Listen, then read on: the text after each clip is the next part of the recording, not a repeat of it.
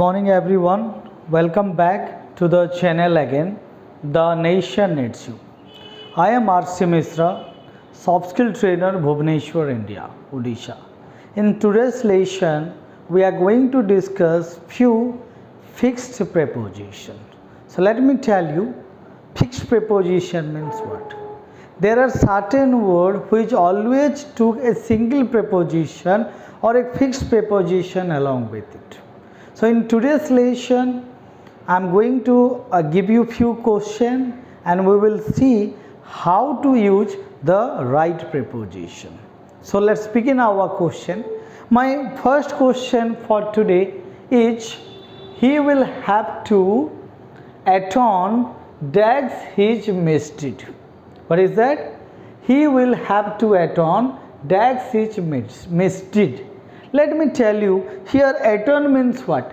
One type of regret, पश्चाताप भी कह सकते हैं, और उसको भरना पड़ेगा कोई चीज़. You have to pay for, जैसे बोलते हैं you have to pay for it. जैसे हम लोग EMIs किए हैं, अगर नहीं दिए टाइम में तो क्या है, हमको फाइन देना पड़ता है, पे करना पड़ता है, तो क्या होगा? He will have to, उसको करना पड़ेगा atone. He will have to atone और pay dash his misdeed. Misdeed का मतलब होता है जो गलत काम होता है उसको misdeed. आप कुछ गलत करते हैं तो उसका जो खामियाजा बोलते हैं हिंदी में, उसका जो परिणाम आपको भुगतना पड़ता है, आपको देना पड़ता है. तो जब भी याद रखिए, जब भी वर्ड आता है atone, जैसे मैंने यहाँ पे लिया पे या मेकअप भी आता है, तो इसमें आपको हमेशा लगा देना है for. क्या लगाएंगे आप? यहाँ पे आप डायरेक्टली for लगा सकते हैं. तो मैं बोलूँगा he will have to atone for his misdeed. गलत काम के लिए उसको खामियाजा भरना पड़ेगा. चलिए और एक क्वेश्चन में बढ़ते हैं. आपने देखा क्या कि पे के साथ भी हमेशा फॉर लगता है, पे फॉर, मेकअप फॉर, वहाँ पे भी हम लगा सकते हैं. One more question, you should comply dash the rule. हमेशा याद रखिए, यहाँ पे कंप्ले का मतलब है कोई नीति नियम का पालन करना.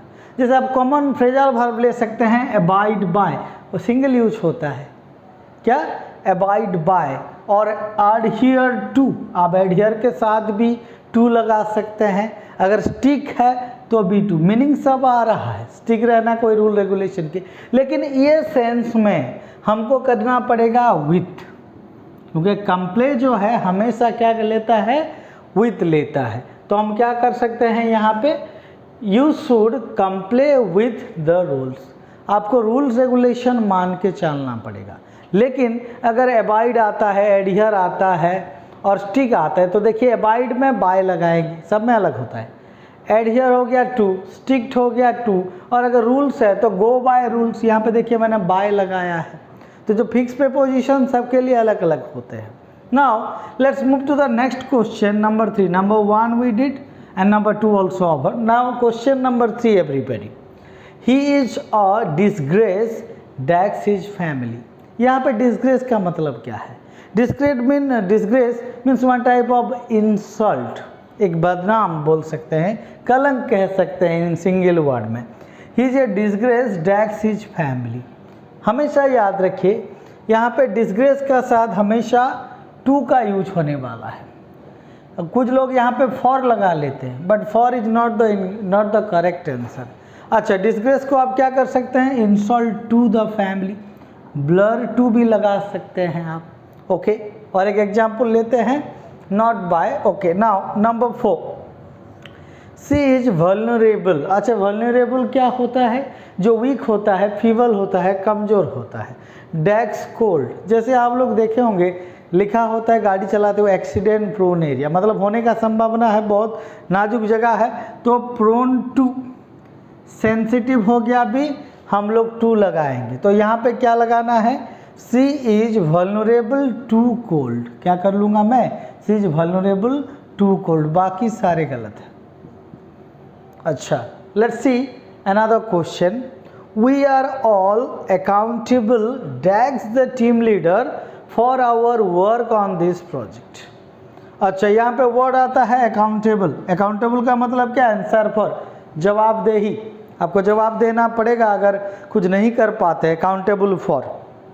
अच्छा, लेकिन यहाँ पे एक चीज़ आता है, जब ये अकाउंटेबल आता है यहाँ पे मैंने टू लगा लिया, लेकिन कुछ एरिया है जहाँ पे अकाउंटेबल फॉर भी हो सकता है. So let's understand where to use accountable to or accountable for. Always remember, if it is a person, then you are going to use accountable to. And if you are talking about a thing like we are not accountable for your misdeed, तो वहाँ पे हम लोग क्या, एक चीज़ के लिए तो वहाँ पे हम लोग for लगा सकते हैं. जब थिंक आएगा आप फॉर लगा रहे हैं, और जब कोई पर्सन आ रहा है आप टू लगा रहे हैं. So we saw today few example only on fixed preposition.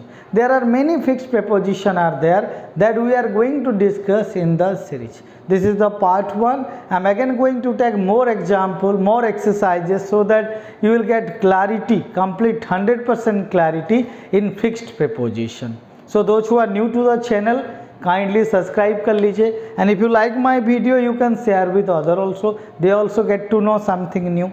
So anyhow, thank you so much for watching. I will see you with another video. Jai Hind.